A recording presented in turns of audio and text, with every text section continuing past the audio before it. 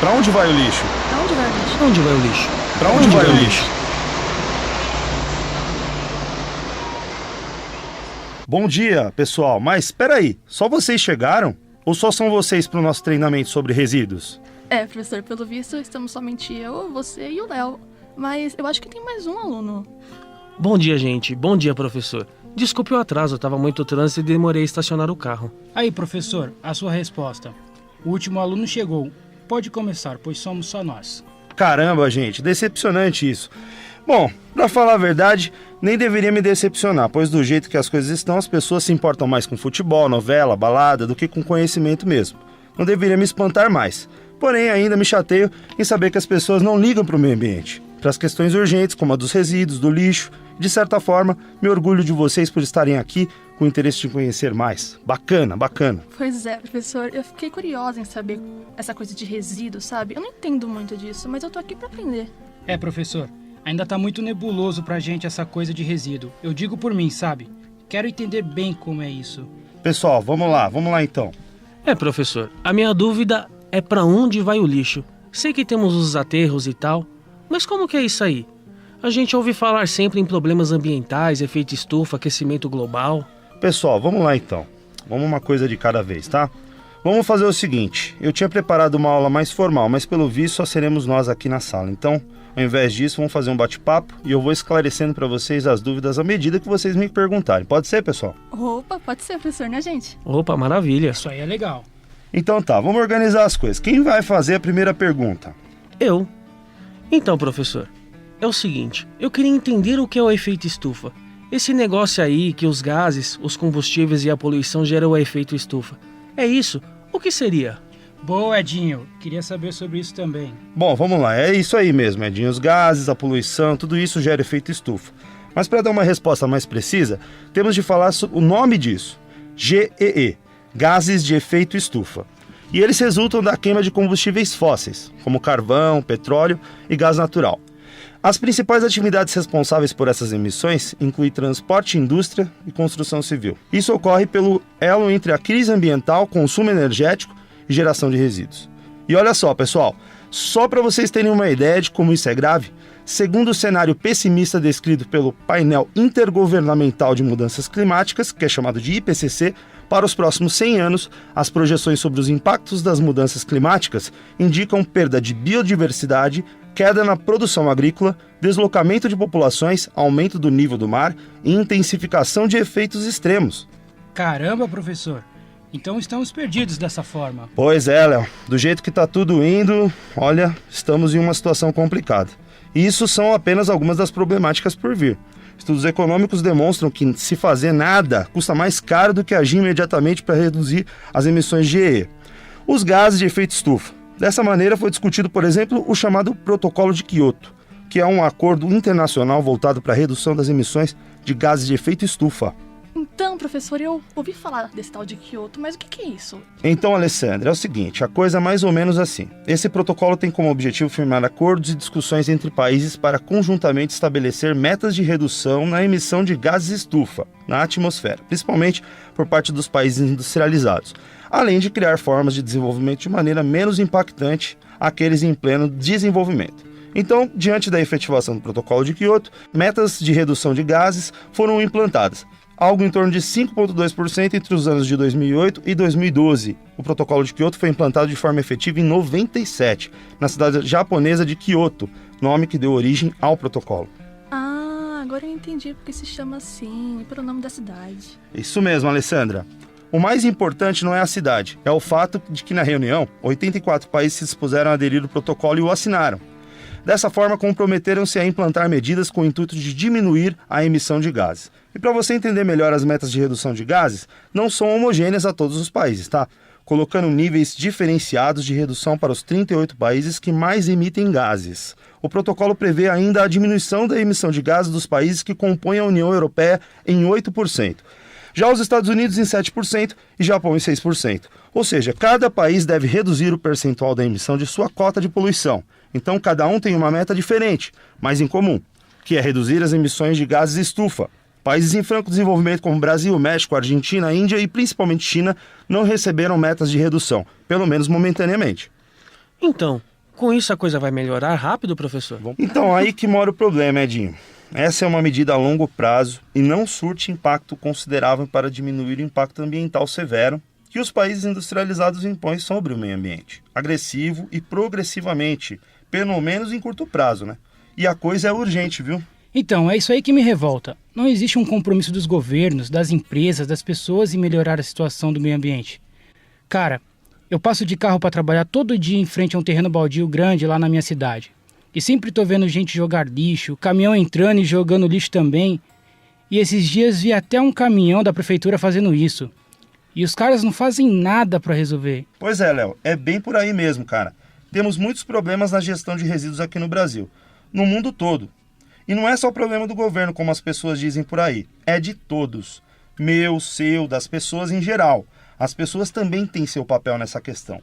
Deveriam agir mais para resolver. Tem que ser um esforço conjunto. Senão a coisa não dá certo. E você, ouvinte, o que você tem feito para ajudar a resolver a questão? Você tem separado seu lixo fazendo a coleta seletiva de materiais?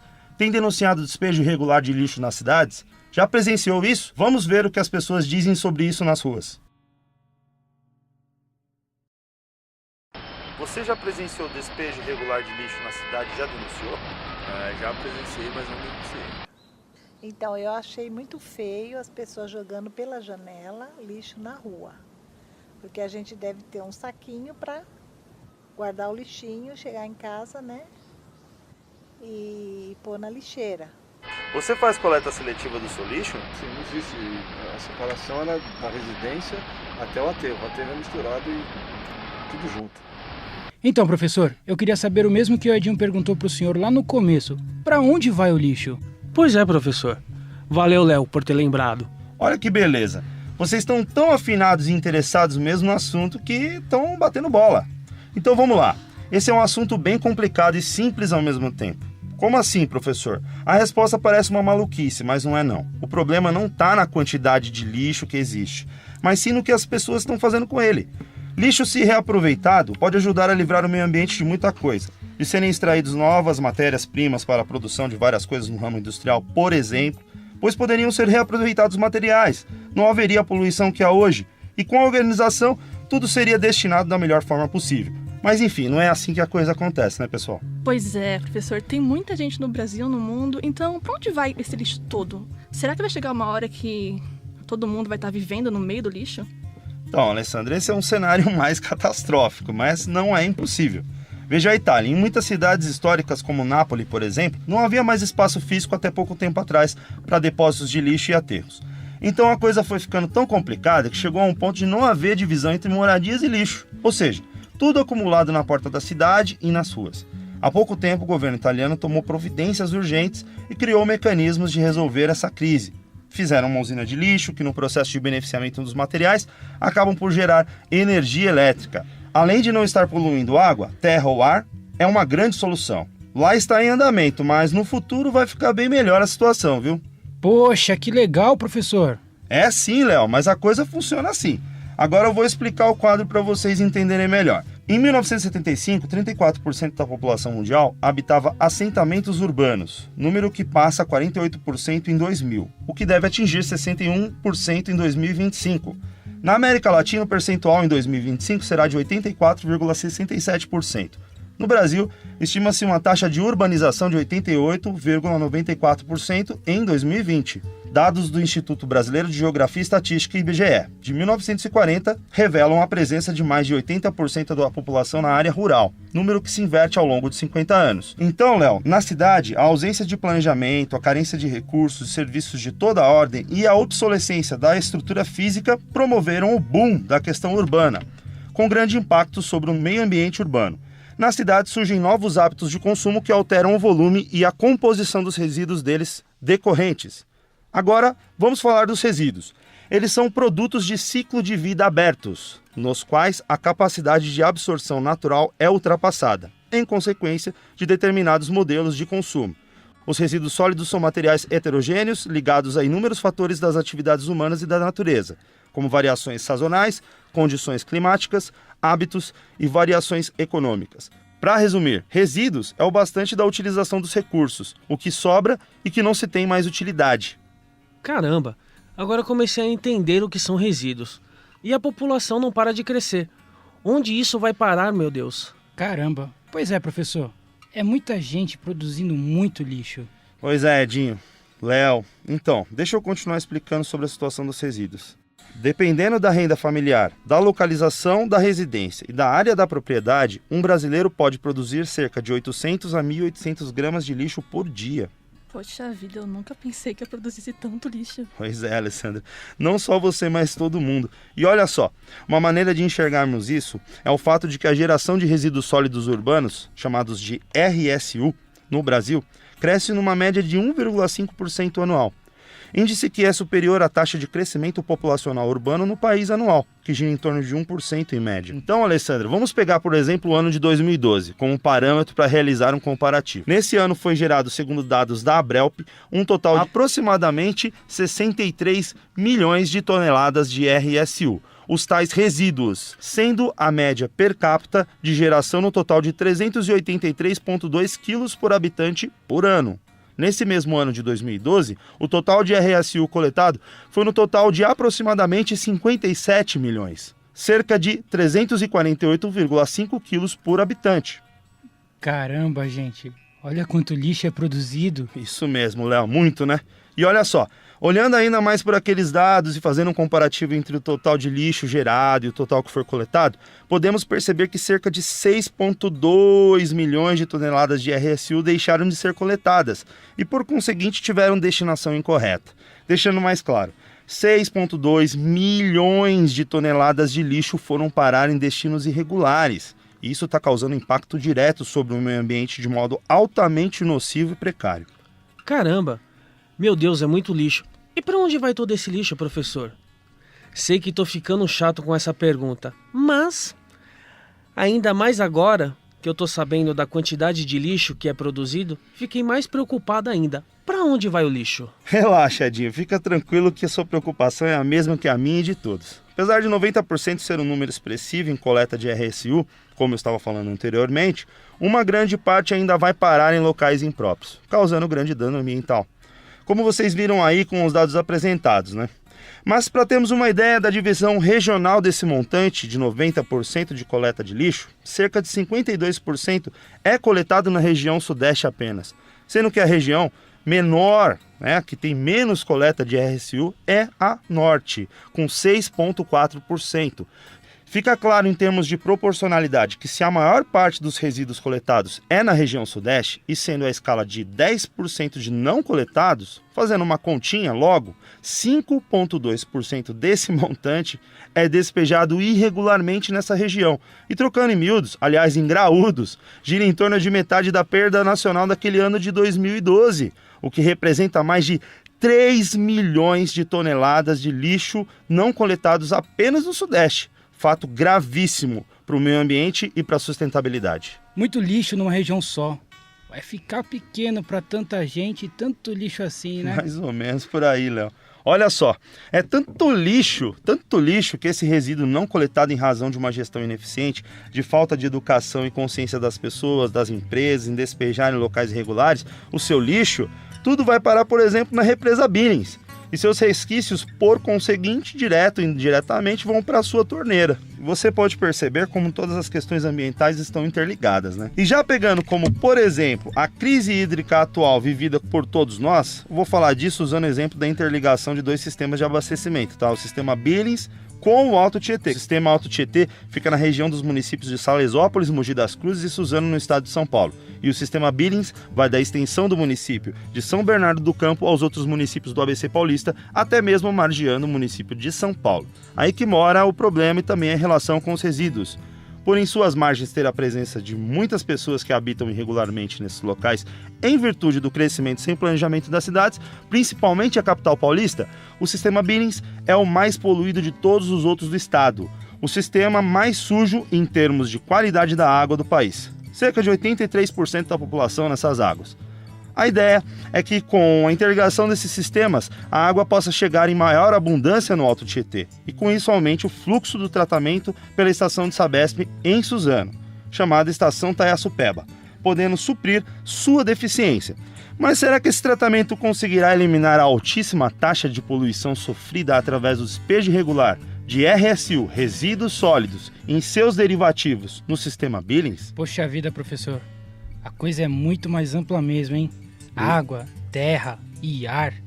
Isso mesmo, Léo, envolve tudo, todo o meio ambiente. As consequências disso são as que nós estamos observando no mundo todo. Aquecimento global, derretendo as geleiras dos polos da Terra em virtude do efeito estufa, dos gases que aumentam a temperatura da Terra e acabam por alterar o clima da Terra. E por consequência disso, todos os ecossistemas, até mesmo a geologia de alguns locais, e também a qualidade de vida de todos nós. Veja o problema da falta de chuvas, que significa nada mais, nada menos que a alteração do clima das regiões, e as precipitações de chuvas em locais diferentes de onde estão os sistemas de abastecimento. Ou seja, chove onde não tem represa e a água se perde, como nos grandes centros urbanos, como a nossa capital aqui de São Paulo. É um exemplo, a gente vê sempre na televisão. E onde as represas estão, ficam sem água. Agora, vamos perguntar para as pessoas qual a razão da falta d'água de São Paulo. Má gestão e pelo uso excessivo das indústrias. A água está faltando em São Paulo porque as pessoas não sabem economizar. Ligam o chuveiro, quer passar 2 horas debaixo de um chuveiro. Então o que a pessoa tem que fazer? Se ensaboa e fecha o chuveiro, né? E depois se enxágua. Má gestão pública e consciência da população, porque não é só culpa do governo não. A população tem culpa no abuso de gasto de água. Então, assim, existe o problema do governo, mas a culpa é nossa. Cada um tinha que ter feito um pouco da parte de cada um, né? Tomado banho menor, com menos tempo, isso ajudaria a não ter o desperdício de água como tem em São Paulo. O problema tá lá no Nordeste, tá aqui em São Paulo e também tá no Rio. Isso é Brasil, isso é Brasil. A bandeira são somente cores, os nossos valores você não sentiu.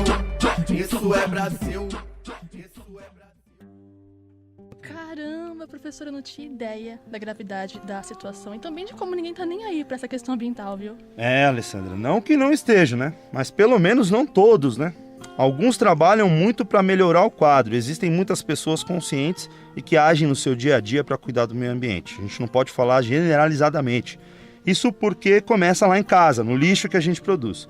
Separando o plástico do vidro, do papel, os lixos secos dos lixos molhados, o orgânico do reciclável, destinando isso para as cooperativas de catadores ou centros de triagem.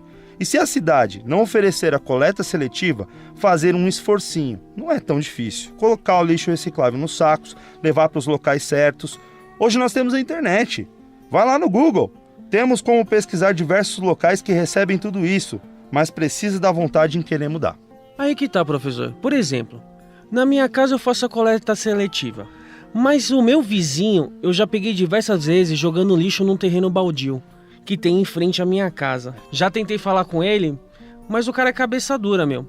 Aí denunciei na prefeitura. Ah, mas os caras não fizeram nada, professor.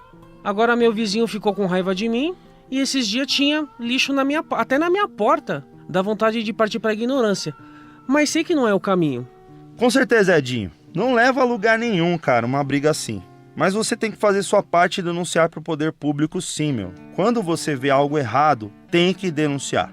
E tem que cobrar, hein? Sempre. O poder público é o regulador, o que faz o meio de campo, a gestão, o cuidado com o meio ambiente mais expressivo. E a representação da sociedade nesse sentido. Então, até mesmo cobrar o poder público de sua ação ou falta dela, né? Temos vários departamentos municipais, estaduais e até mesmo federais para fazer as denúncias, como por exemplo as secretarias de meio ambiente de cada município. E se caso não houver resolução, como no seu caso, temos que apelar para as instâncias acima. Atualmente em São Paulo temos uma empresa responsável pela gestão ambiental de todo o estado, que é a CETESB. Ela é uma empresa pública vinculada ao governo para gerir, fiscalizar ou licenciar as questões ambientais que afetam o estado e a sociedade. Então, professor, mas qual é o papel dessa empresa aqui no estado?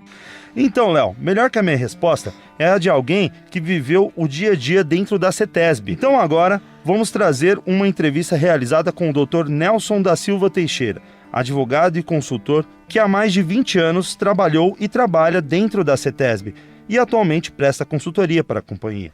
Dr. Nelson, o senhor poderia nos dizer qual a jurisdição da CETESB e os serviços que ela presta à população efetivamente?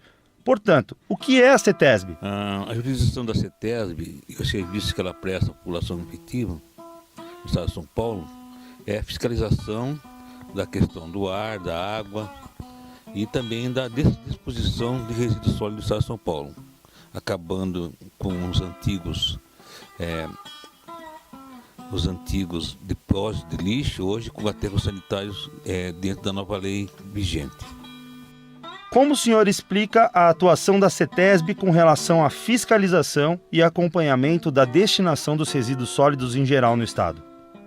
A relação da fiscalização e acompanhamento da destinação dos resíduos sólidos no estado de São Paulo efetivamente é feito pela CETESB junto aos municípios para que acabe os antigos lixões e tenham hoje os aterros sanitários dentro da norma legal, que é a Lei de Resíduos Sólidos. Doutor, com a crise hídrica, uma solução atual encontrada foi a interligação dos sistemas para que haja um remanejo das águas como consequente alimentação das represas mais secas. Exemplo, Alto Tietê recebendo água da Billings, que possui alto percentual de poluição. Qual o papel da CETESB nesse processo? E o senhor de fato vê isso como uma solução a curto prazo ou esse procedimento pode trazer riscos ao sistema Alto Tietê em termos qualitativos? A interligação do sistema de água para poder sanar a situação dos reservatórios que estiveram com seca pela crise hídrica é uma solução que é paliativa, mas o importante seria que tivesse outras possibilidades de reuso da água para poder trabalhar na área de limpeza, na área industrial, que poderia melhorar essa questão. A CETESB diria que fazia o processo de análise mais pontual para poder melhorar, para ver com relação à qualidade que essa água chega até a população. Agora falando acerca de resíduos, é sabido que a cada dia a construção civil produz cada vez mais refugos e inertes. Em geral, esses materiais são despejados regularmente em terrenos impróprios e APMs, sobretudo de modo ilegal, sendo que poderiam ser reaproveitados quase em sua totalidade, com processo de separação e beneficiamento. Dessa feita, o que a CETESB tem feito de novo para resolver esse impasse ambiental? A construção civil de São Paulo tem uma grande produção de resíduos sólidos, só que o resíduo sólido da construção civil precisa fazer uma análise de que forma ela é feita. Se ela é material inerte ou contaminado, porque terá que ser levado, o inerte pode ser reutilizado na própria construção civil, enquanto que o contaminado precisa fazer uma descontaminação ou levar para aterro sanitário para poder resolver a questão. Então, o impasse ambiental nesse caso é que precisa fazer uma pré-análise do resíduo gerado pela construção civil para poder ver a sua destinação correta. Doutor, com base no novo Plano Nacional de Gestão de Resíduos Sólidos, o SINAR, e na tentativa de aplicabilidade dessas diretrizes junto aos municípios através do Ministério das Cidades e das administrações municipais, o que a CETESB tem feito para auxiliar essas aplicações e solucionar os impasses técnico-administrativos oriundos do processo? A CETESB tem participação nisso e de que forma? Com relação ao Plano Nacional da Gestão de Resíduos Sólidos, a nova lei, então a CETESB ela tem hoje uma grande papel na fiscalização para que haja realmente a aplicabilidade dessa norma legal, seja junto aos municípios, e os municípios que não têm condições busca-se financiamento para a construção de novos aterros ou de melhoria daqueles existentes junto ao Ministério da Cidade, ao Meio Ambiente. Então a gestão do resíduo sólido hoje não podia ficar só com o município. Também lá tem um dispositivo legal da logística reversa, em que o produtor de lâmpada teria que recolher a lâmpada e levar embora, o produtor de pneu e assim por diante. Cada um que produz fica responsável pela destinação daquilo que gerou quando não tiver uma serventia para a população. Poxa, professor, que bacana. Deu para saber legal. O que a CETESB faz no estado e a sua importância para o meio ambiente? Isso aí, Alessandro. O importante é que ainda temos iniciativas que buscam a melhoria do meio ambiente e fiscaliza as ações dos cidadãos, das empresas, nesse caminho, né? Mas o nosso papel, repito, é de agir em conjunto, preservando, fazendo coleta seletiva, economizando água, lutando por melhorias e fiscalizando, ajudando o poder público e também denunciando seus abusos, como ocorreu no caso em que o Léo disse que viu o caminhão da prefeitura jogando lixo lá no terreno baldio. É um absurdo isso. É, professor, e é direto, hein? Coisa feia isso, cara.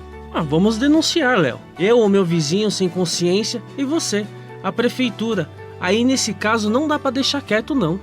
Isso mesmo, pessoal, façam isso. É direito e dever de todos cobrar e manter um meio ambiente saudável para nós e para as futuras gerações. Opa, o sinal.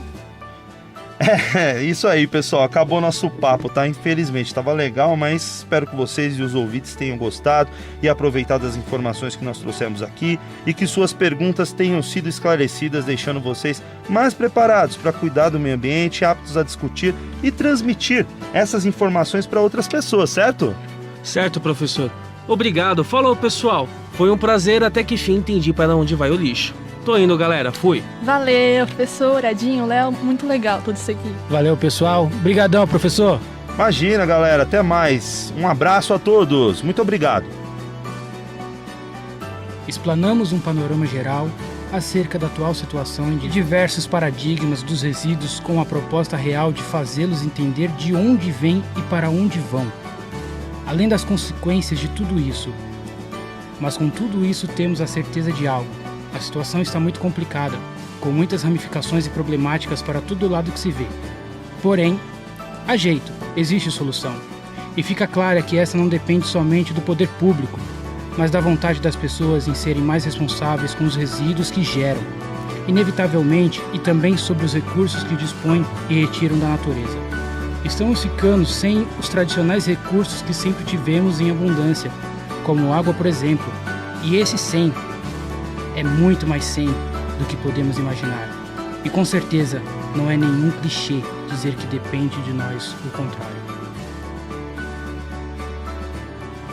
Áudio documentário produzido por alunos da FIANFAM para o curso de Produção Audiovisual, segundo semestre. Ficha técnica.